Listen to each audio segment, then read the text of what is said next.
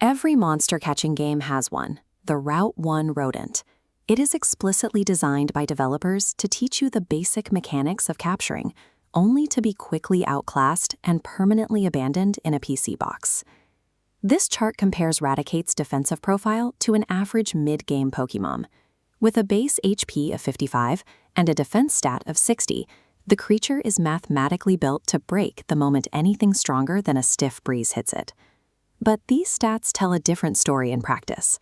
Raticate's lack of defense is the foundation of a decades-old theory about a rival's grief, and it forced competitive players to develop high-risk, self-destructive strategies just to stay in the game. Raticate is the glass cannon in its purest form. Because the creature is so incredibly fragile, players have to fully embrace its inevitable destruction just to make it useful. In the original Red and Blue games, your rival, Blue, challenges you aboard a luxury cruise ship called the SS Anne.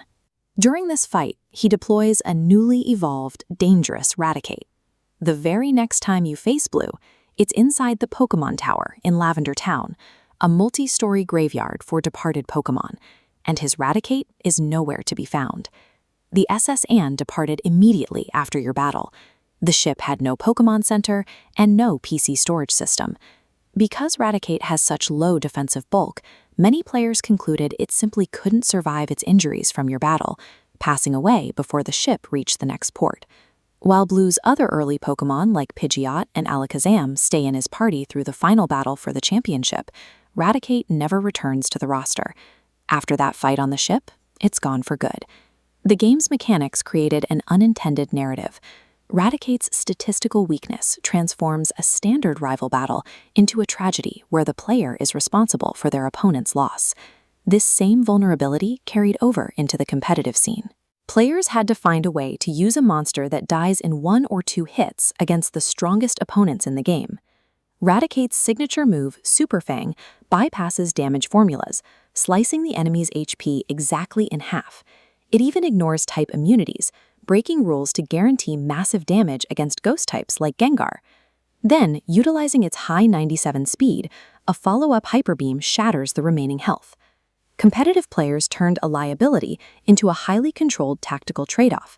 They gave up Raticate's longevity to gain the ability to force a knockout on almost anything. Decades later, in the Brilliant Diamond and Shining Pearl era, Raticate lost access to several key utility moves. To keep it relevant, the community turned to even higher-risk tactics. This flowchart shows how players exploit the Guts ability. By intentionally equipping a Flame Orb, Raticate burns itself entering the field, triggering a massive attack multiplier. This chart shows the boosted damage. A burned Raticate using Facade actually eclipses top-tier threats like Snorlax. There is also the Fear strategy, where players use a Focus Sash to survive at exactly 1 HP. They then use the move Endeavor to drag the opponent's health down to match their own, setting up an easy finish. Raticate has become a highly specialized tool. To be a viable threat in the modern era, it has to actively destroy itself on the first turn. Raticate is a paradox. It is an obsolete creature outclassed by hundreds of other Pokémon, yet it remains a fixture in both fan lore and competitive arenas. Perfectly balanced characters are often the first to be forgotten. It is the creatures with extreme mathematical flaws that generate the most enduring stories and strategies. When a Pokémon is pushed into a statistical corner, the community stops playing by standard rules. They develop hyper-specific counters to turn a design liability into a weapon. Whether it's haunting a rival in Lavender Town or burning itself alive to sweep a tournament, Raticate proves that the weakest link bites the hardest.